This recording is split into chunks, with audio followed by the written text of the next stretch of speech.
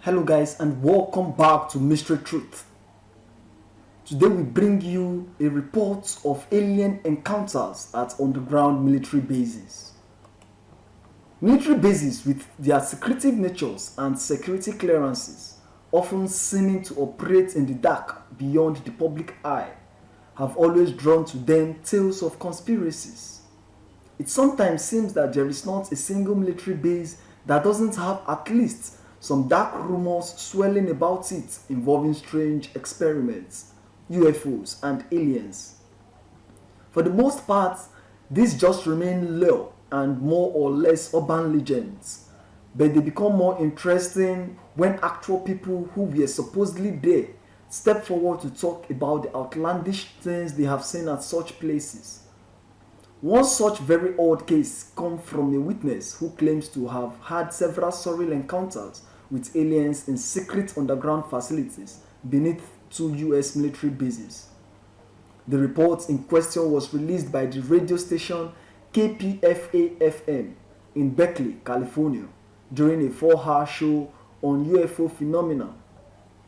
The station itself is part of the Pacifica Foundation, which was founded in 1947 and is a non-profit organization that owns several non-commercial, largely non-censored, alternative listener-supported radio stations. These stations are known for being rather off the grid and the last bastion for free speech and activism, as well as pioneers of First Amendment rights. According to UFO researcher Elaine Douglass, in this case, KPFA-FM had acquired tapes of an interview taken in April of 1981 with a man who claimed to be a Vietnam veteran, former Green Beret, military medal holder and construction contractor who had done work at military facilities such as Nellis, Scott, Edwards and Andrews Air Force bases and had quite the tale to tell. According to him, he had two separate encounters with aliens being there, the first being at Edwards Air Force Base in the Antelope Valley of Southern California. Edwards Air Force Base is the home of the Air Force Test Center, Air Force Test Pilot School, and NASA's Armstrong Flight Research Center, and is involved in all manner of research and development of flights. According to this witness, it also has an expansive underground network of tunnels and labs that are up to top secret research involving crashed extraterrestrial spacecraft and aliens. On the tape, the witness claims that the underground facilities he had seen during his contract work were definitely not normal military structures, and that they featured very thick concrete walls, unorthodox oval doorways with doors that electronically slid open and shut, and arrays of bizarre equipment the likes of which he had never seen. He describes various laboratories and high security areas he was not allowed to access, the whole place giving off a sinister vibe and feeling very much like a place he didn't feel welcome in. The size of the facility itself he could not say, but he estimated, judging by the time it took them to get from the top of the elevator to the bottom, that it went at least 30 stories down. It was as he walked the halls with his colleague that they wandered into an area that they felt they were perhaps not supposed to be in. And that was when they had their bizarre encounter with an alien. The witness said, "We were walking down a hall and these doors opened and there was a very particular person or thing that caught my eye for an instant. This man was over 7 feet tall, I'd say between 8 and 9 to 10 feet, wearing a lab jacket and talking to two human engineers. This man's arms were almost down to his knees. It threw me into shock. It was definitely not human. He had big slanted eyes, a big head, fingers were extremely long, greenish skin. I saw him for just a few seconds. 3/4 of his face is what I saw, and I said, this guy would make a hell of a basketball player. And then the doors closed. Security saw us and told us to get out of there. The next day I walked off the job. After that I said, Ain't nobody pulling the blanket over my head anymore. I know what's going on. I know what I saw at Edwards is real. Somebody is playing game with us.